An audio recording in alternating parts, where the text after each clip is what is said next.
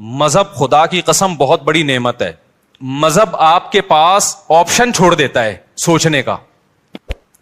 شرابی شراب کیوں پیتا ہے؟ وہ کہتے ہیں اس میں کیا خرابی ہے, وہ بحث کرے گا. کچھ لوگ بتائیں گے کہ یہ فائدہ مند چیز ہے, کچھ کہیں گے نقصان دہ چیز ہے. تو وہ اپنی دماغ استعمال کر کے پلس مائنس کر کے ایک فیصلہ کر کے کچھ چھوڑ دیں گے, کچھ پینا شروع کر دیں گے. جو پینا شروع کرتے ہیں سوسائٹی کو کتنا نقصان ہوتا ہے. مذہبی آدمی کے پاس یہ آپشن ہے ہی نہیں. اس کے پاس 2 اور 2 4 کی طرح ہے کہ انما الخمر والمیسر والانصاب والازلام, اے ایمان والو شراب اور جوا کیا ہے؟ حرام ہے. بس جب حرام ہو گئی تو اب ہمارے پاس آپشن ہی نہیں ہے نا سوچنے کا کہ یہ صحیح ہے کہ غلط ہے. بس غلط ہے. جب اللہ نے کیا دیا غلط ہے تو کیا ہے؟ غلط ہے یہ. اب دیکھو جو لبرل طبقہ ہے ان میں پردہ ختم ہوتا جا رہا ہے. اپنی بیویوں کو دوسرے کی بیویوں سے, دوسرے دوستوں سے ملانا, دوست کی بیوی آپ کی بیوی سے, آپ کی بیوی اس کے دوست سے, کزنیں آپس میں مل رہی ہیں, اکٹھے ڈانس بھی کر رہے ہیں. وجہ کیا ہے کہ وہ یہ بحث کرتے ہیں کہ اس میں غلط کیا ہے. بھائی اگر کزن نے کزن کے سامنے ڈانس کر لیا, بہنوں کی طرح ہی ہے نا ہم لوگ, کوئی ہماری نظریں خراب تھوڑی ہیں. اس سے آہستہ آہستہ سوسائٹی کس کی طرف جا رہی ہے؟ تباہی کی طرف. زنا کے واقعات, گھروں سے بھاگنے کے واقعات, ماں باپ کے ساتھ بدتمیزی. جس لڑکی میں حیا نکل گئی, ابا اماں کے ساتھ تمیز سے بات اب وہ کبھی بھی نہیں کر سکتی. لیکن مذہبی لوگوں کے پاس اللہ کی کتنی بڑی رحمت کہ ان کے پاس یہ سوچنے کا آپشن بولو نہیں. کیوں آپشن؟ بھائی بیوی کو آپ نے دوست سے پردہ کرانا ہے, ختم. یہ کس کا حکم ہے؟ ہم تھوڑی کہہ رہے ہیں دوست کی نظریں خراب ہیں. ہو سکتا ہے اس کی نظر آپ سے زیادہ اچھی ہو, وہ نہ بری نظر سے دیکھے, لیکن یہ آپشن ہمارے پاس اللہ میاں نے کیا کر دیا ہے. بھائی جوان بیوی ہے تو آپ کو اپنے دوست سے اس سے پردہ بولو کرانا ہے, ختم. میرے سارے گھر والے میرے بھائیوں سے پردہ کرتے ہیں الحمدللہ. ہماری بھابیاں ہم سے پردہ کرتی ہیں. ہم سب جوائنٹ فیملی میں اکٹھے رہے ہیں. ہم لوگ 4 بھائی تھے اور میری والدہ کی 6 بہویں تھیں. یہ بھی پہلی تھی. حالانکہ 4 بھائی میں بہویں کتنی ہوتی ہیں؟ 4 بہو. اس وقت 6 بہو. اگر ابھی والدہ زندہ ہوتی تو ایک کیلکولیٹر خریدنا پڑتا ان کو بہوؤں کو گننے کے لیے. خیر, تو ہم ایک گھر میں رہے ہیں اور 4 بھائی اور والدہ کی بہویں کتنی؟ 6 بہویں. تو سب والدہ کی سب بہویں دیوروں سے جیٹھوں سے پردہ کرتی تھیں. یہ جو لوگ کہتے ہیں نا جوائنٹ فیملی میں پردہ ممکن نہیں ہے, یہ میں نہیں مانتا. ہم نے تو کر کے دیکھا ہے بھائی اپنے گھروں میں الحمدللہ. لیکن ہم نے دیکھا ہے کہ بہت سی لڑکیاں جب دیور سے یا جیٹ سے پردہ کرتی ہیں تو بڑا مسئلہ گھر میں یہ کھڑا ہوتا ہے کہ دیور یا جیٹ کہتا ہے کہ کیا میں تمہیں برا آدمی نظر آتا ہوں جو مجھ سے پردہ کر کے بیٹھ گئی ہو؟ میں سمجھا پا رہا ہوں اپنی بات؟ ہماری نظریں کیا خراب ہیں؟ ہمیں باہر دیکھنے کے لیے بہت ساری عورتیں جو آپ پردہ کر کے بیٹھ گئی, ہمیں پتہ نہیں کیا سمجھ رہی ہو. یہ جب بحث گھر میں شروع ہوگی تو آپ پردے کا ماحول نہیں بنا سکتے. اسلام نے ہمارے لیے یہ بحث کا دروازہ کیا کر دیا؟ بولو بند. اسلام نے کہا بھائی عورت کا زینت اس کا بھائی, اس کا باپ, اس کا شوہر, اس کا بھتیجا, اس کا بھانجا, اس کا چچا, یہ دیکھ اس کے سامنے آ سکتی ہے, پوتے نواسوں کے سامنے بھی. اس کے علاوہ سارے اس کے لیے کیا ہیں؟ نامحرم. اب اس کا تعلق اس سے نہیں ہے کہ دیور جیٹ کی نظر اچھی ہے یا گندی ہے. بھائی اللہ کا حکم ہے بھابھی نے دیور سے پردہ کرنا ہے. تو مذہب والا آدمی جو مذہب کو فالو کرتا ہے نا, بہت سارے کنفیوژن اللہ نے اس کے لیے کیا کر دیے ہیں؟ آسان. ان سے نکلنا آسان کرتا. وہ کہتے ہیں بھائی شریعت کا حکم ہے, ختم. تو سکون سے زندگی گزرتی ہے, گھروں کا ماحول اچھا ہو جاتا ہے. غیر مسلم لوگ نا پہلے یہ کزنوں سے پردہ ختم ہوا, پھر ناچنا گانا شروع ہوئے, اب اس کے بعد ان کے گھروں کا ماحول آپ غیر مسلموں کا جا کے دیکھو, گھروں میں محبتیں کیا ہو گئیں؟ ختم. خیر میں اب اصل ٹاپک کی طرف آتا ہوں. تو یہ ڈپریشن کی بات چلی تھی نا, چھٹے مٹے لگا رہے ہیں, ان سے ڈپریشن ختم نہیں ہوگی. ان سے ڈپریشن کیا ہوگی؟ یونیورسٹی میں لڑکیاں بھی آج کل چرس الحمدللہ پینا شروع کر دیا انہوں نے. یہ اللہ کا بڑا فضل ہے. یعنی یہ طنز میں کہہ رہا ہوں میں کہ کیونکہ ہماری یونیورسٹیاں, ہمارے لبرل لوگ دینی مدرسوں پہ اعتراض کرتے ہیں کہ بچوں کو بگاڑتے ہیں یہ. اور جب ہم یونیورسٹیاں گئے تو وہاں ہم نے جب دیکھا کہ یہ سب کچھ چل رہا ہے تو پتہ چلا کہ تمہارا بگاڑ اور ہمارے بگاڑ میں بھائی زمین آسمان کا فرق. ہم نے اپنے مدرسے کے دور میں ایک طالب علم کو سگریٹ پیتے ہوئے دیکھا تھا, وہ بھی چھپ کے. اس کو بھی پتا تھا کہ میرے استاذوں کو پتا چل گیا تو میری ایسی کی تیسی ہو جائے گی, ماں باپ کو بھی نہیں پتا چلے. اور یونیورسٹیوں میں اگر آپ چلے جائیں نا تو ہو سکتا ہے آپ کو بھی فری میں مل رہی ہو وہاں پہ کہ ایک سٹا آپ بھی لگا لیں. اللہ بچائے, یہ بہت برا ماحول ہے لیکن جا رہے. جب مذہب آپ کی سوسائٹی سے نکلے گا تو ایجوکیشن ہی آپ کی تباہی بربادی کا ذریعہ بن جائے گی. خیر, ہم چل رہے تھے قربانی پہ, پتہ نہیں یہ کہاں سے آ گئے ہم. آپ نے گچی پکڑ کے رکھی جی. میں تو چاہ رہا تھا کہ قربانی پہ آؤں نا, میں اب آ رہا ہوں قربانی پر. تو میں اصل بات آپ سے بتانا چاہ رہا تھا میرے بھائی, اللہ میاں نے جو ہمیں پیدا کیا ہے وہ کس کام کے لیے؟ اپنی عبادت کے لیے. اللہ کیا چاہتے ہیں؟ کس کے غلام بن کے رہو؟ اللہ کے. ہاں میں یہ کہہ رہا تھا اگر آپ اللہ کی غلامی نہیں کریں گے تو کلچر کے غلام بننا پڑے گا, خاندان کا غلام بننا پڑے گا, بڑی بڑی عالمی طاقتوں کا غلام بننا پڑے گا آپ کو. تو آزاد دنیا میں کوئی بھی نہیں ہے. آزادی کا لیبل لگا کے آزادی کی باتیں کی جاتی ہیں, حقیقت میں آپ کو ایک طبقے سے نکال کے دوسرے طبقے کا غلام بنایا جاتا ہے. جیسے آج کل کے مذہبی اسکالر تقلید کے بڑے خلاف ہیں کہ ان مجتہدین کی تقلید مت کرو. تو لیبل بڑا اچھا ہے کہ ہم تقلید نہیں کرتے, لیکن اصل میں مجتہدین کی تقلید سے ہٹا کے آج 15ویں صدی کے اسکالرز کا مقلد بنایا جا رہا ہوتا ہے. تو لیبل سب لوگ اچھے اچھے لگاتے ہیں, اس کے پیچھے بڑا مسئلہ ہوتا ہے. وہ لگا رہے ہوتے ہیں اپنا فالوور بنا رہے ہوتے ہیں آپ کو کہ ہم جو قرآن و حدیث کی تشریح کریں نا وہ پہنانا آسان ہو جائے, ہم قرآن و سنت کے نام پہ جو بھی پہنا دیں یہ پہن لے. تو جب تک یہ ابو حنیفہ سے نہیں ہٹے گا ہمارا پہناوا پہنے گا نہیں. یہ سمجھ میں آ رہی ہے بات؟ تو لیبل میرے بھائی سب کے پاس کیا ہیں؟ بڑے بڑے خاندانی قسم کے لیبل ہیں. تو پھر دیکھو کچھ بھی پہنا دیتے ہیں قرآن و سنت کے نام پہ, اور لوگوں کے پاس علم نہیں ہوتا تو وہ پہن کے گھوم رہے ہوتے ہیں. الحمد. تو اب جو بات چل رہی تھی وہ یہ چل رہی تھی کہ اللہ میاں چاہتے ہیں کس کے غلام بن کے رہو. وہ میں خاتون کا واقعہ بتا رہا تھا نا کہ خلا لے لیا, کورٹ نے فوراً کھڑاک سے خلا پکڑا دیا, بچے باپ سے محروم. اب جب بچیاں جوان ہوئی ہیں تو اب وہ در بدر کی ٹھوکریں کھا رہی ہیں. زندگی کس کی تباہ ہوئی ہے اس خلا کے نتیجے میں؟ مرد کی نہیں, عورت کی تباہ ہوئی ہے. مرد کی صحت پہ کوئی زیادہ فرق نہیں پڑتا. تو اللہ میاں کا جو قانون ہے نا وہ عورت کے فائدے میں ہے. عورت جذباتی ہوتی ہے, وہ تھوڑے سے غم برداشت نہیں ہوتے, طلاقیں لے لے کے ادھر ادھر جانا. اگر وہ وفا کر لیتی, کچھ مرد کی کڑوی کسیلی برداشت کر لے, تو عیاشی کس نے کرنی ہے پھر؟ اس عورت نہیں کرنی ہے. لیکن یہ کہ ہمارے یہاں نہیں سپورٹ کیا جاتا, بس عورت کے حقوق عورت کے حقوق, اس کا جو تباہی ہوتی ہے نظر آ رہی ہے سامنے. تو اللہ میاں کیا چاہتے ہیں میرے بھائی؟ الحمد سے لے کے والناس تک پتہ چلتا ہے کہ کس کے غلام بن کے رہو؟ بولو اللہ کے.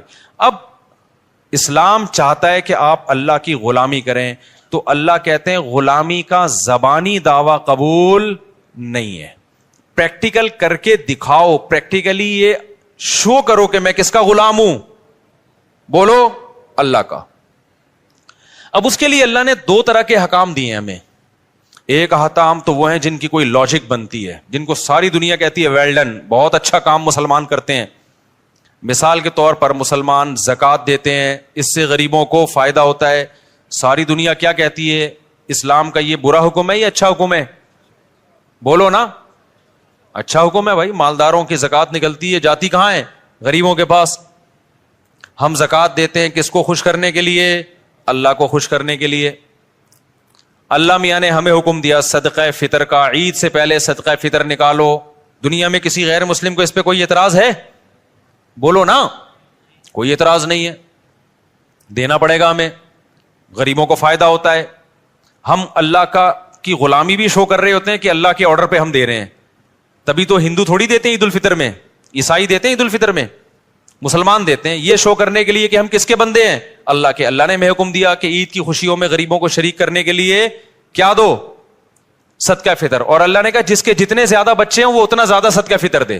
حیرت کی بات ہے یار. یا اللہ فیملی پلاننگ والے کہہ رہے ہیں کہ بچہ آنے سے غربت مہنگائی میں اضافہ ہوا ہے, تو جس کے زیادہ بچے ہوں اس پہ تو کم ٹیکس ہونا چاہیے نا. ابے یار کیا کریں, کیسے سمجھائیں بھائی؟ اس کے آنے سے تو مہنگائی بڑھی ہے, باپ کی جیب پہ بوجھ آیا ہے. تو اسلام کہہ رہے جتنے بچے ہوں گے صدقہ فطر اتنا ہی زیادہ ہوگا. کیوں؟ اسلام کہہ رہے سورس آف انکم تمہاری زیادہ ہے کیونکہ تمہارے بچے زیادہ ہیں. یہ صرف پیٹ لے کے نہیں آئے, 2 ہاتھ اور 2 پاؤں لے کے بھی آئے ہیں. یہ سورس آف انکم ہے, یہ وسائل ہیں, یہ اثاثے ہیں, یہ ایسٹس ہیں. فیملی پلاننگ والا یہ تو بتائے گا بچہ پیٹ لے کے آتا ہے, یہ نہیں بتاتا کمانے کے لیے 2 ہاتھ اور 2 ٹانگیں بھی لے کر آتا ہے, اور ایسے 2 ہاتھ اور ایک پیٹ ایک ہوتا ہے, کمانے کی پاور 10 آدمیوں کو کھلانے کی طاقت لے کے آتا ہے وہ. سمجھ میں آ رہی ہے بات؟ تبھی سب سے زیادہ اس محلے میں الحمدللہ صدقہ فطر میرا نکلتا ہے, الحمدللہ. اور صدقہ فطر جرمانہ نہیں ہے, کیونکہ عید کے دن جرمانے نہیں لیے جاتے, عید کے دن شکرانہ ہوتا ہے. تبھی صدقہ فطر کا دوسرا نام کیا ہے؟ شکرانہ. تو اللہ نے کہا جس کی اولاد زیادہ ہے اس پر شکر بھی زیادہ ہے. اس سے پتہ چلتا ہے اسلام میں اولاد کی کثرت یہ نعمت ہے, یہ ٹینشن یا بوجھ نہیں ہے. سمجھتا نہیں ہے نا بات کو؟ خیر, آپ کی اسپیڈ میں کوئی فرق نہیں پڑنے والا, ہمیں پتا ہے. آپ 2 بچے ہی اچھے لے کے چلیں, پھر بڑھاپے میں ترسو گے, آپ جوانی میں بھی ترسو گے. بچوں سے تو گھر میں رونق ہوتی ہے یار, آنکھوں کی ٹھنڈک ہوتے ہیں. تو خیر, توکل نہیں ہے, دنیا کو مسافر خانہ نہیں سمجھتے, بس وہی کیلکولیشن لے کے چلے رہتے ہیں. تو پڑے رہو پھر کالو کا لیٹر لے کے, اتنے پیسے ہو گئے, اتنے بچے ہو گئے, اتنی بیویاں ہو گئی, یہ بچ رہا ہے. تو ابے بھائی, یہ اس کا تعلق اللہ پہ توکل سے. شادیاں بھی کرتا جا, بچے بھی پیدا کرتا جا, رزق کے دروازے کھلتے چلے جائیں گے, کھلتے چلے جائیں گے. کچھ اللہ بھی تو ہے نا, اللہ کو مانو بھی تو, اور خوش رہو یار. غربت بھی ہے تو کیا ہے, بیسک ضرورتیں الحمدللہ پوری ہوتی رہیں گی. بہت زیادہ ہو گیا نا تو ٹماٹر بیچو گے, یہی ہوگا نا. تو کیا ٹماٹر والے جنت میں نہیں آئیں گے؟ کیوں اپنے آپ کو یہ اتنا فن خان بنا لیا ہے کہ جی میں سفید کالر اور کالر اونچے کر کے میں کیوں ٹماٹر؟ بھائی ٹماٹر والے بھی تو ہوتے ہیں. اللہ اس کی تو اللہ تعالیٰ بچائے گا انشاءاللہ, اللہ مدد کرتا ہے. لیکن ایک مثال دے رہا ہوں میں. تو خیر, اللہ میاں کیا چاہتے ہیں؟ اللہ کے غلام بن کے رہو, تو اس غلامی کو ثابت کرو اپنے عمل کے ذریعے. تو عمل 2 طرح کا اللہ نے دیا. ایک عمل وہ جس پر سب کی طرف سے بلے بلے ہوگی, سب کہیں گے ویل ڈن. زکات دینا, صدقہ فطر دینا, رشتہ داری جوڑنے کے لیے ان پہ خرچ کرنا, یہ سارے کام وہ ہیں جس پر غیر مسلم بھی خوش ہوتا ہے, مسلم بھی. اللہ میاں نے کہا کچھ کام ایسے آرڈر کروں گا جس پہ غیر مسلم کو اعتراض ہوگا, اور تمہاری بھی عقل کہے گی یہ میری سمجھ میں کام نہیں آ رہا. وہ کام ہوں گے جن کے کرنے سے یہ پتا چلے گا کہ تم اپنے آپ کو کس کا غلام سمجھتے ہو؟ اللہ کا. کیونکہ غلام کے پاس نو کا آپشن بھی نہیں ہوتا, اور غلام کو اس کی بھی اجازت نہیں ہوتی کہ وہ آپ کے آرڈر کی لاجک آپ سے پوچھنا شروع کر دے. دیکھو فوج میں بڑی اطاعت ہوتی ہے نا آفیسر کی. میدان جنگ میں آفیسر نے فوجی سے کہا وہاں جا کے لڑو, وہ کہہ رہا سر وجہ کیا ہے اس کی, کائنڈلی آپ مجھے وجہ بتائیں گے, میں ادھر کیوں جاؤں, میں ادھر جاؤں گا. چلے گا 2 دن, وہ کورٹ مارشل ہو جائے گا. اللہ میاں کہتے ہیں تم کس کے غلام ہو؟ میرے غلام. جب میں آرڈر دوں گا نا تو تمہارے پاس کیوں کا آپشن نہیں ہے. شیطان میں آدم میں یہی تو فرق ہے. اللہ میاں نے فرشتوں کو حکم دیا آدم کو سجدہ کرو, فرشتوں نے کہا کہ کیوں, ہم نور سے بنے ہوئے, یہ مٹی سے ہمارے سامنے. دیکھو آفس میں کوئی نیا امپلائی آ جائے نا, اس کی تنخواہ پرانوں سے زیادہ ہو, پرانے والے کہیں گے یہ نیا آیا ہے اور اس کو ڈبل تنخواہ دے رہی, ہم 20 سال سے جھک مار رہے ہیں یہاں پہ. اعتراض ہوتا ہے کہ نہیں ہوتا؟ وہاں اعتراض بنتا ہے, کیا کریں, کیونکہ آپ باس کے غلام نہیں ہیں, ٹھیک ہے نا. تو یہی اعتراض فرشتے بھی کر سکتے تھے, اے اللہ ہم ہزاروں سال سے تیری عبادت کر رہے ہیں, ہمیں تو نے نور سے بنایا, لائٹ سے بنایا, اور یہ ہمارے سامنے ایک سڑے ہوئے گارے سے, بدبودار گاڑے سے, گارا جو مٹی کا ہوتا ہے جس میں سڑان پیدا ہو گئی تھی, اس سے تو نے ہمارے سامنے اس کو بنایا, اب تو ہمیں حکم دے رہا ہے کہ اس کو ہم سجدہ کریں. تو یہ بات ہماری سمجھ میں نہیں آتی. لیکن فرشتوں نے ایسا اعتراض بولو نہیں کیا. کیوں؟ فرشتے کہتے تھے, مانتے تھے کہ ہمیں بنایا اللہ نے ہے, اس کی مرضی بھائی, جو آرڈر ہمیں دے گا ہم اس کو بجا لائیں گے, چاہے ہماری کھوپڑی میں آئے یا نہ آئے. شیطان نے کیا کہا؟ شیطان نے کہا کہ بھائی, وہ ہمارے ایک استاذ ہے, میں نے ان سے شیطان پہ مجھے مذاق یاد آیا, وہ میں ہمارے ایک استاذ آج کل طبیعت خراب ہے تو ان کی جگہ بخاری میں پڑھا رہا ہوں نا, تو بخاری میں ایک باب آیا صفت ابلیس, ابلیس کے اوصاف. تو شیطان نے کیا کہا بھائی؟ شیطان نے کہا خلقتنی من نار وخلقتہ من طین, مجھے آگ سے بنایا, میں پرانا ہوں, یہ بھی نیا نیا میرے سامنے آیا, یہ مجھے سجدہ کرے نا, میں کیوں اس کو سجدہ کروں؟ اب ہونا یہ چاہیے تھا اللہ میاں بیٹھ کے شیطان کو سمجھاتے کہ نہیں, اصل میں بات یہ ہے کہ اگرچہ یہ بعد میں پیدا ہوا ہے یا یہ مٹی سے بنایا ہے, لیکن اصل میں اس کا جو میں نے دماغ دیا ہے, اس میں جو علم کی صلاحیت دی ہے وہ تم سے زیادہ. لیکن اللہ میاں نے شیطان کے سامنے ایسی کوئی لاجک پیش, یار آپ لوگ جملہ مکمل کر لیا کریں, نہیں کی ہے. اس کو سمجھایا نہیں بٹھا کے کہ ایکچولی یہ بات تو تمہاری فی نفسی درست لگتی ہے مجھے, لیکن ایک دوسرے پہلو سے غور کرو. کیوں؟ وہ اللہ ہے. وہ کون ہے؟ وہ خدا ہے. وہ پھر خدا کس بات کا بھائی اگر وہ بیٹھ کے سمجھانا شروع کر دے. اس لیے میں خواتین سے کہتا ہوں گھر میں شوہر کی اطاعت کرو. بعض دفعہ شوہر ایسی بات کہہ رہا ہوتا ہے جو آپ کی سمجھ میں نہیں آ رہی, پھر بھی مان لو, کیونکہ سربراہ کون ہے؟ سربراہ کی ڈیفینیشن یہ ہوتی ہے کہ حرف آخر اس کا فیصلہ ہوگا. اگر ہر بات وہ گھنٹوں بٹھا کے سمجھائے گا تو وہ سربراہ نہیں ہے, وہ خانسامہ ہے, وہ مکھنچو ہے. اس کو آپ کچھ بھی نام دے سکتے ہو. سربراہ کا مطلب پاور ہے اس کے پاس, ڈیسیژن پاور ہے اس کے پاس. ہاں خلاف شرع کام کا حکم نہ دے رہا ہو, کوئی ظلم نہ کر رہا ہو. نارملی اگر وہ کوئی بات کا آرڈر کرے گا تو گھر کے افراد پر اس کا حکم ماننا لازم ہوگا شریعت کی روح میں, تاکہ سربراہ تو ہو. اب تو گھر میں سربراہ ہی کوئی نہیں ہے تو گھر پھر تباہ ہوتے ہیں اس طریقے سے. تو اللہ میاں نے شیطان کو سمجھایا نہیں کہ دیکھو یوں ہے. اللہ میاں نے کہا کہ فخرج منہا فإنک رجیم, تو مردود ہے, آج سے دفع ہو جائے یہاں سے. سمجھ میں آ رہی ہے بات کہ نہیں آ رہی؟ شیطان کو پھر بھی عقل نہیں آئی کہ اللہ غصے میں ہے, میں سوری کر لوں.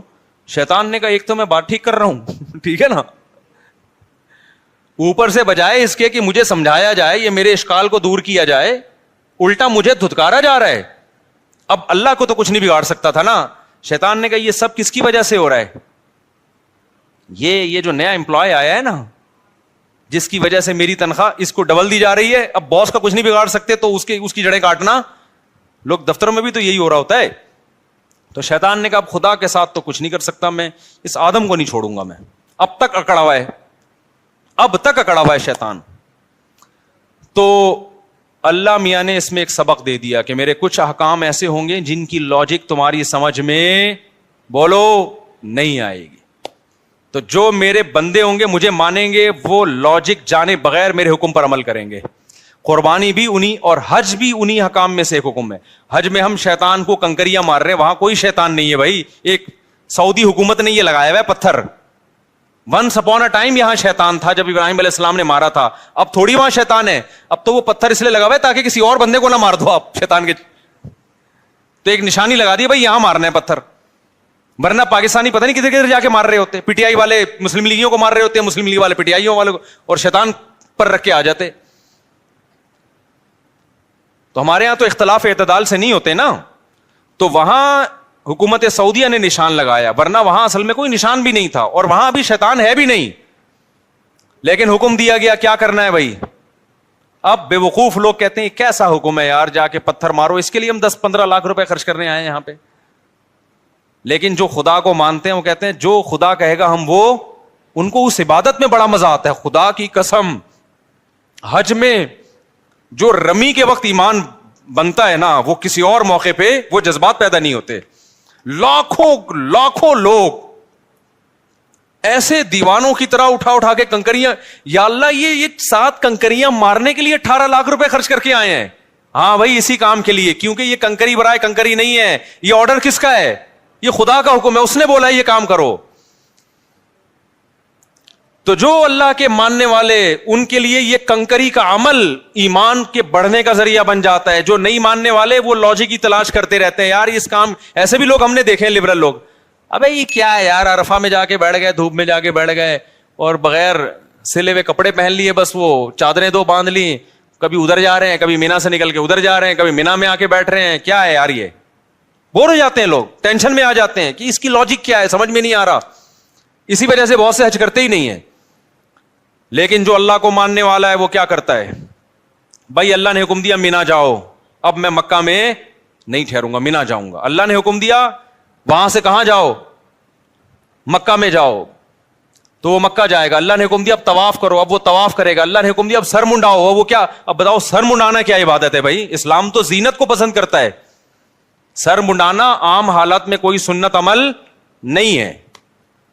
نبی نے ہمیشہ بال رکھے ہیں, لیکن حج عمرے کے موقع پہ سر منڈا لیا, یا قصر کیا. قصر بھی جائز ہے, بال چھوٹے کرانا بھی جائز ہے. کیونکہ مجھ پہ لوگ طنز کر رہے ہوتے ہیں جب میں عمرہ کر کے آتا ہوں, کہتے ہیں اس میں تو 6 عمرے اور ہو سکتے ہیں, ابھی اتنے بڑے بال ہیں کہ 6 عمرے اور ہو سکتے ہیں. تو شروع میں ہم نے ٹینڈ کرا لی تھی, اب قصر کر لیتے ہیں. تو خیر, تو قربانی بھی اسی طرح ہی ہے. اللہ نے حکم دیا ابراہیم علیہ السلام کو اپنے بیٹے کو ذبح کرو. ابراہیم نے اللہ سے کوئی لاجک نہیں پوچھی, ورنہ تو سب سے زیادہ اللاجیکل کام تو وہ تھا. آج غیر مسلم ہم سے کہتا ہے اتنے ہٹے کٹے جانور, یہ جانور ہم اسٹور کر لیتے, پورے سال میں غریبوں کو کتنا فائدہ ہوتا, گوشت سستا ہو جاتا. تم ایک ہی دن میں کروڑوں اربوں جانور کاٹ دیتے ہو, اور حج کے موقع پہ کتنا کٹتا ہے ایک ہی دن میں. یہ سارا جانور, یہ دنیا میں ایک بہترین غذا ہے گوشت, جو سب سے زیادہ کھائی جانے والی پروٹین والی غذا ہے. تم اس جانور کو ہلاک کر دیتے ہو, کاٹ دیتے ہو, ان کا کیا قصور ہے؟ ہم کہیں گے بھائی پیدا کس نے کیا ہے؟ اللہ نے. وہ ویسے بھی تو مار سکتا ہے نا, اور اس میں ان جانوروں کا حقیقت میں فائدہ ہے, فائدہ ہے. ورنہ جن جگہوں پہ جانور نہیں کٹتے ان میں ان جانوروں کی حالت تو دیکھو, کیونکہ یہ جو جانور ہے نا, 4 قسم کے جانور, یہ اللہ نے پیدا کٹنے کے لیے, اگر ان کو نہیں کاٹیں گے تو یہ بڑی قسم پرسی میں سسک سسک کے مریں گے یہ, کیونکہ ان جانوروں کا پیٹ انسان بھر سکتا ہے.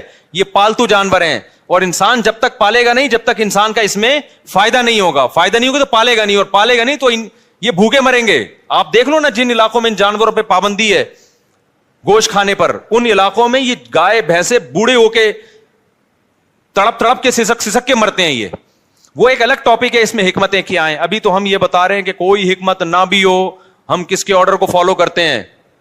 خدا نے حکم دیا یہ جانور میں نے پیدا کیے, ان کو میں نے تمہارے لیے مسخر کیا. تو بقرعید کے 3 دنوں میں اللہ کو جانور کا خون بہانے سے زیادہ کوئی عمل محبوب نہیں ہے. اب غیر مسلم ہم سے کہہ سکتا ہے کہ ٹھیک ہے, اگر آپ نے جانور کاٹنا ہی ہے تو کچھ ڈسیبل جانور ہوتے ہیں, کچھ لنگڑے ہوتے ہیں, کچھ کاڑے ہوتے ہیں, وہ ویسے ہی ضائع ہونے والے ہیں, تو ان کو کاٹ دو تاکہ ان کا گوشت کام آ جائے. اللہ میاں نے کہا نا نا نا نا نا نا نا, جو لنگڑا ہے وہ بولو نہیں چلے گا, جو اندھا ہے وہ نہیں چلے گا. بھائی ایسا ہی ہوتا ہے نا ہمارے یہاں, تو جو مرغی بیمار ہوتی ہے کاٹنا ہی ہے اس کا علاج, کیونکہ وہ تو ویسے ہی مر جائے گی. ابھی ہماری ایک مورنی مر گئی, ہمیں افسوس یہ ہوا کہ پہلے ہم کاٹ دیتے تو اچھا تھا, کام آ جاتی. سمجھ میں آ رہی ہے بات؟ تو ہونا تو یہ چاہیے تھا بیمار جانور, لنگڑے جانور, کاڑے جانور جو ویسے ہی کسی کام کے نہیں ہیں, تو اب چلو ان کو کاٹ کے کیا کر لو, کسی ٹھکانے لگا دو. اللہ نے کہا نا, مجھے صحیح سالم جانور چاہیے, ٹھیک ہے نا, ہٹا کٹا دنیا کی چیخیں نکل جائیں کہ مسلمان کر کیا رہا ہے. پوری دنیا میں یہ ہٹے کٹے بیل اونٹ 5 سال میں جا کے تیار ہوتا ہے, 2 دانت کا, بچہ بھی نہیں ذبح کرنا, کم سے کم 2 سال کا بیل ہو, بکرا 1 سال کا ہو. ورنہ لوگ کیا کرتے, چھوٹے چھوٹے بچے جن پہ ابھی پیسہ خرچ ہی نہیں ہوا ان کو ذبح کر دیتے. نا نا نا نا, تیار ہو چکا ہو, بھرا ہوا جانور ہو. بعض ایسے جانور ہوتے ہیں لوگ مذاق اڑاتے ہیں محلے والے کے, سوپ بنا کے پی لے بھائی تو اس کا, ٹھیک ہے نا. اللہ میں نے کیا کہا, اچھا جانور ہو. تو یہ بات بظاہر اللاجیکل ہے, لیکن مسلمان کا خدا سے رشتہ ہے. اور آپ کو پتا ہے قربانی کا حکم یہود و نصارہ کو بھی ہوا تھا, لیکن ان کے ہاں غامدی صاحب جیسے اسکالرز پیدا بہت پہلے ہو گئے تھے. انہوں نے ایکچولی کر کے نا سارے قرآن و سنت کا بیڑا غرق کر دیا ان کے اسکالرز نے, جو اب غامدی صاحب کوشش میں لگے ہوئے ہیں. کیونکہ ہر شریعت کے حکم میں نا وہ ان کی ایک اپنی وہ ہوتی ہے, ایکچولی یہ تو اس لیے تھا, ایکچولی یہ تو اس لیے تھا, ایکچولی یہ تو اس لیے تھا. تو کبھی حدیث کو مان رہے ہیں, کبھی حدیث کو نہیں مان رہے. جو حدیث ان کے فیور میں جائے گی وہ حدیث حجت ہے, جو حدیث غامدی صاحب کے فیور میں نہیں جائے گے تو حدیث وہ حجت نہیں ہے.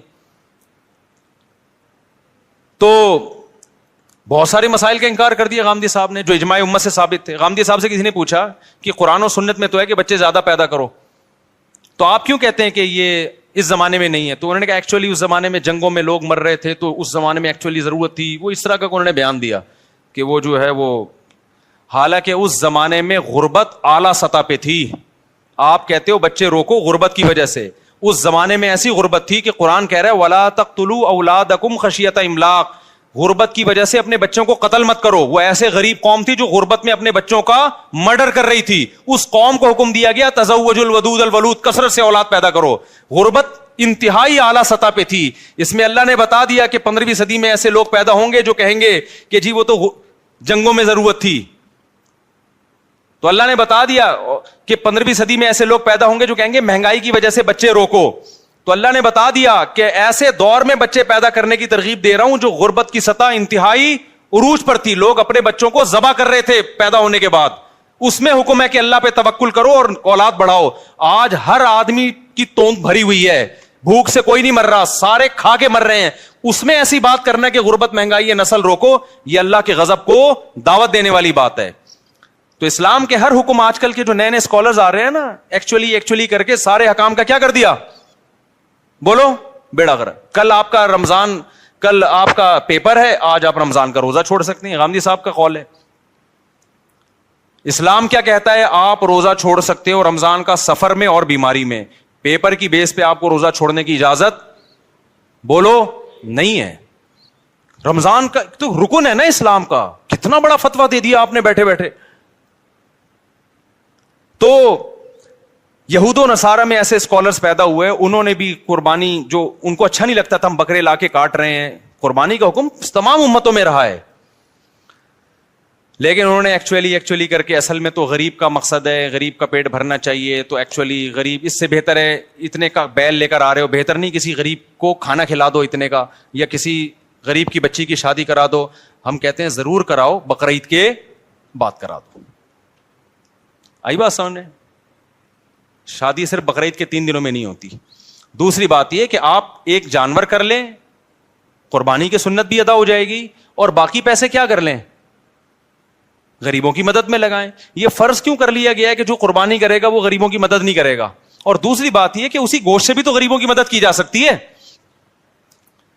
تو جب تک آپ قربانی نہیں کریں گے قربانی کا فریضہ ادا نہیں ہوگا. غریب کی مدد بھی کریں, لیکن شریعت کے ایک حکم کی وجہ سے شریعت کا دوسرا حکم چھوڑا نہیں جا سکتا. سمجھتے ہو کہ نہیں سمجھتے ہو؟ ہمارے نبی سے زیادہ غریبوں اور مسکینوں کا خیال کرنے والا کوئی نہیں تھا. آپ صلی اللہ علیہ وسلم عید الاضحیٰ کی نماز جلدی پڑھاتے تاکہ قربانی جلدی ہو سکے. اس کے بعد آپ اس وقت تک کھاتے کچھ نہیں تھے جب تک جانور ذبح نہ ہو جائے, اور اس بقرعید کے گوشت سے آپ صلی اللہ علیہ وسلم ابتدا کیا کرتے تھے بقرعید کے دن. سمجھتا نہیں ہے نا بات کو؟ اور ہمارے لیے ایام تشریق کے اللہ نے روزے حرام کر دیے. کیوں حرام کیے؟ بقرعید کا روزہ جائز ہے, بقرعید کے اگلے دن روزہ جائز ہے, اس سے اگلے دن جائز ہے, اس سے اگلے دن جائز ہے, 4 دن حرام ہے روزہ. حالانکہ بقرعید 3 دنوں کی ہوتی ہے, لیکن گوشت کے اثرات چوتھے دن بھی ہوتے ہیں, ٹھیک ہے نا. اس کے بعد پھر وہ فریزر اور تازہ 4 دن تک رہتا ہے گوشت. باقی ہماری قوم جو کر رہی ہے وہ تو آپ کو پتا ہے, ایک آدمی نے بکرا ذبح کیا, خواب آیا تو جنت میں وہ بکرا ایک ٹانگ کے بغیر گھوم رہا ہے. 2 مہینے بعد اس نے خواب دیکھا کہ اس کا بکرا 3 ٹانگوں پہ گھوم رہا ہے جنت میں. اس نے کہا یار یہ کیا مسئلہ ہے؟ انہوں نے کہا ابھی تو لیگ پیس جو ہے نا ابھی تک تیرے فریج میں پڑا ہوا ہے. ایک ران دے 6 مہینے ہو گئے وہ تیرے فریزر سے نکلی نہیں ہے, وہ کھائے گا تو پھر یہ بھی یہاں کے لگے گی. خیر یہ لطیفہ ہے, اس کی حقیقت نہیں ہے. تو 4 دن تک اللہ نے روزے کو کیا کر دیا؟ بولو حرام. تاکہ اللہ کے لیے تم نے جو جانور قربان کیا ہے یہ دیا اللہ کو ہے. اب اللہ کہتا ہے اب یہ میری ملکیت میں, اب میری طرف سے کیا ہے؟ ضیافت ہے, یہ میری طرف سے میزبانی ہے. کھاؤ کلو منہا, خود بھی کھاؤ, واطعموا البائس الفقیر, اور محتاجوں کو بھی رج کے کھلاؤ. رج کے کھاؤ تے رج کے کھلاؤ. تو یہ کھانے پینے کے دن ہے, روزہ رکھنے کے دن. روزہ رکھا تو اللہ کی دعوت سے اعراض لازم آئے گا. تو یہ میرے بھائی جب تک ہو نہیں سکتا جب تک جانور کٹے نہیں. سمجھتا ہے بات کو؟ تو اب لاجک سمجھ میں آئے نہ آئے, ہم طیبوا بہا نفسکم, حدیث میں آتا ہے خوش دلی کے ساتھ قربانی کیا کرو. اور جو لوگ کہتے ہیں جانور پہ ہمیں ترس آتا ہے, اگر اس جانور کو ہم ایسے ہی چھوڑ دیں نا تو جو بڑھاپے میں اس پہ آپ کو ترس آئے گا نا وہ اس سے زیادہ ہوگا, کسی کے کام کا بھی نہیں رہے گا. آپ دیکھ لو انڈیا میں جو بوڑھے جانور ہیں ان کے ساتھ کیا ہوتا ہے, کیونکہ جب وہ انسانوں کے کام کے نہیں ہیں تو بوڑھے ہو جاتے ہیں, بڑھاپے میں کوئی ان کا خیال نہیں کر رہا. اپنے ماں باپ کا آج کل لوگ خیال نہیں کر رہے, بڑھاپے میں اولڈ ہاؤس میں جمع کرا رہے ہیں, تو گائے کو بڑھاپے میں کون پالے گا؟ ابے کیا ہو گیا؟ تو وہ مر رہی ہوتی ہیں, پڑی ہوئی ہوتی ہیں سسک کے. تو جب اللہ نے ان کو ہمارے لیے پیدا کیا تو ہم آپ جو کہتے ہیں نا اتنے جانور پیدا ہو کے کٹ جاتے ہیں، بھائی یہ پیدا اس لیے ہوتے ہیں کہ کٹ رہے ہیں، اگر یہ کٹنا بند ہو جائیں گے تو ان کی نسل بھی کم ہو جائے گی، پھر یہ اتنے پیدا ہی نہیں ہوں گے. تو اس لیے قربانی خوش دلی کے ساتھ کیا کریں. اور اس میں ایک بڑی حکمت ہے، ہمیں گوشت کھانے کو ملتا ہے، اس سے پتہ چلتا ہے اللہ میاں مسلمان کو سبزی خور دیکھنا نہیں چاہتے، اللہ میاں مسلمان کو گوشت خور دیکھنا چاہتے ہیں. دنیا میں دو طرح کے لوگ ہیں، کچھ ویجیٹیرین ہوتے ہیں جو گھاس پھوس کھاتے ہیں، پتے کھاتے ہیں، وہ گوشت بالکل بھی نہیں کھاتے. کچھ لوگ ہوتے ہیں جو گوشت کو پسند کرتے ہیں. ہمارے نبی کی جو صفات ہیں، قرب قیامت میں ایک نبی آئے گا پچھلی کتابوں میں، وہ گوشت خور نبی ہوگا. ہمارے نبی نے اونٹ، اچھا گوشت بھی گوشت ہونا چاہیے، مچھلی از ناٹ کالڈ گوشت، فش بھی ویسے گوشت کہتے ہیں، لیکن جو لحم ہے نا عربی میں لحم التحام سے نکلا ہے، التحام گھمسان کی جنگ کو بولتے ہیں عربی میں. تو لحم میں بھی کیا ایک شدت پائی جاتی ہے گوشت میں، یہ شدت گائے میں، اونٹ میں، دمبے میں، بکرے میں پائی جاتی ہے، مرغی میں اور مچھلی میں نہیں پائی جاتی. کھائیں مرغی مچھلی بھی، قربانی ان کی نہیں ہوگی.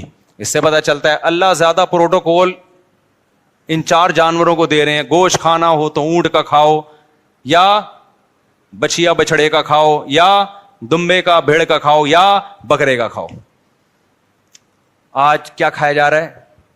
بچوں کو تو کھلا ہی نہیں رہی یہ چیزیں، اور کھلاتے بھی کیسے؟ سارا فیٹ اس کا نکال کے نا، بالکل جو اصل اس کی جو طاقت تھی جس میں. دمبے کی چربی مہنگی ہو گئی سوراب گوٹ میں، جب سے میرا بیان دمبے کی چربی کے فضائل پر آیا ہے. میں گیا چکی خریدنے، اس نے کہا مصعب آپ کا بیان آیا تھا نا چکی کے فضائل، دمبے کی چکی میں. واقعی یہ جو دمبے کی چکی ہے، اس کی جو چربی ہے یہ بہت زبردست چیز ہے. کھایا کرو اس کو، پھر ورزش بھی کرو، ایسا نہ ہو دھماکے سے پٹ پٹا کے ہلاک ہو جاؤ. تو ہمیں اللہ گوشت خور دیکھنا چاہتے ہیں. کیوں؟ گوشت کھانے سے جسم پہ گوشت چڑھتا ہے، جسم میں طاقت آتی ہے. آج تو میڈیکل سائنس لوگوں کو سبزیوں سے ہٹا کے کس پہ لا رہی ہے؟ گوشت پہ لا رہی ہے. سبزیاں بھی کھائیں، ہمارے نبی نے سبزیاں بھی کھائی ہیں، کھجور کھائی ہے اور بہت ساری چیزیں، لیکن گوشت مسلمان کے مذہب کا ایک حصہ ہے. جتنی بھی اسلامی دعوتیں ہیں نا، ان میں گوشت کا تذکرہ ملے گا آپ کو. سبزیاں کھائیں آپ، ہم نہیں منع کر رہے، ضروری ہے سبزیاں کھانا بھی، لیکن مسلمان گوشت سے اوائڈ کر نہیں سکتا. ایکچولی کیوں نہیں اوائڈ کر سکتا؟ چار دعوتیں بس وہ بتا کے میں بیان ختم کرتا ہوں. اسلام میں دعوت ہے بقرعید کے موقع پہ، اس میں کیا دال چاول کا حکم ہے؟ گوشت. جب تک یہ چار بڑے جانور نہیں کٹیں گے قربانی کا فریضہ ادا نہیں. اس میں بھی چکن نہیں ہے، چکن نہیں ہے، وہ گوشت جس میں لحم ہو. لحم کا مطلب التحام، شدت پائی جائے. کھاؤ تو پتا چلے کچھ کھایا ہے. دمبا کھاؤ تو پتا چلتا ہے کہ کھایا ہے. گائے کھاؤ تو پتا چلتا ہے، اونٹ کھاؤ تو. مرغی سے کبھی پتا چلتا ہے، کبھی نہیں چلتا. وہ تو ہلکی چیز ہے نا وہ. دوسرا دعوت ہے اسلام میں ولیمے کی. جب آپ کی شادی ہوگی، اسلام کہتا ہے آپ نے کیا کرنا ہے، جب بھی ہوگی. ایک صاحب کو ہنسی آئی، میں نے کہا جب بھی، تو وہ ہنس رہے ہیں. جب بھی آپ کی شادی ہوگی آپ نے کیا کرنا ہے، ولیمہ کرنا ہے. اور ولیمے کے بارے میں بھی ترغیب یہ ہے، اولم ولو بشاتن، اگرچہ ایک بکرا کرو. تو وہاں بھی اصل کیا ہے ولیمے میں؟ گوشت. یہ مذہبی دعوتیں ہیں نا بھائی. آپ کا بچہ پاس ہو گیا، آپ دعوت کرو گے، مذہبی دعوت تھوڑی ہے. کوئی سنت دعوت تو آپ خوشی میں کر رہے ہو، کرو، کوئی منع بھی نہیں ہے. لیکن مذہب نے جن دعوتوں کو پروموٹ کیا ہے وہ کون سی ہیں؟ وہ یہ چار دعوتیں ہیں. بلکہ اس سے پہلے، سب سے پہلے حج کے موقع پہ دم شکر، جو آپ نے ایک سفر میں حج عمرہ کیا، وہاں کیا کٹے گا؟ شکرانے میں بکرا کٹے گا. وہاں بھی بکرا کاٹا جا رہا ہے. گوشت کھاؤ بھی اور پھر کھلاؤ بھی. دوسرے موقع پہ بقرعید، وہاں بھی کیا کٹے گا؟ گوشت، بڑا گوشت. بڑے سے میری مراد جو ریڈ میٹ ہوتا ہے، بکرا بھی اس میں داخل ہے. تیسرے نمبر پہ اسلام میں دعوت ہے ولیمے کی. جب بھی آپ کی شادی ہوگی اپنی ذمہ داری پہ، تو آپ نے اگلے دن رخصتی کے بعد کیا کرنا ہے بھائی؟ ولیمہ. تو ولیمے کے بارے میں آتا ہے اولم ولو بشاتن. وہاں بھی مرغی بھی نہیں ہے. آج کل ولیمے میں چکن بریانیاں کھلائی جا رہی ہیں. تو جیسا ولیمہ ہوگا آگے زندگی بھی ویسے چکن کی طرح گزرے گی. تو ولیموں میں بکرے کی بریانی، بیف بریانی یہ بنوایا کرو. سمجھتے ہو؟ بکرا کھلاؤ لوگوں کو، بکرا نہیں تو گائے کھلا دو. تو تیسرے نمبر پر ولیمے کی دعوت ہے. چوتھے نمبر پر اسلام میں عقیقے کی دعوت ہے. اسلام کہتا ہے جب بچہ پیدا ہوگا تو 18واں بھی پیدا ہو رہا ہے تو فیملی پلاننگ والے تو بے ہوش ہو کے ختم ہو جائیں گے، مر جائیں گے. اللہ کہتے ہیں پہلے بچے پہ بھی 2 بکرے، 18ویں پہ بھی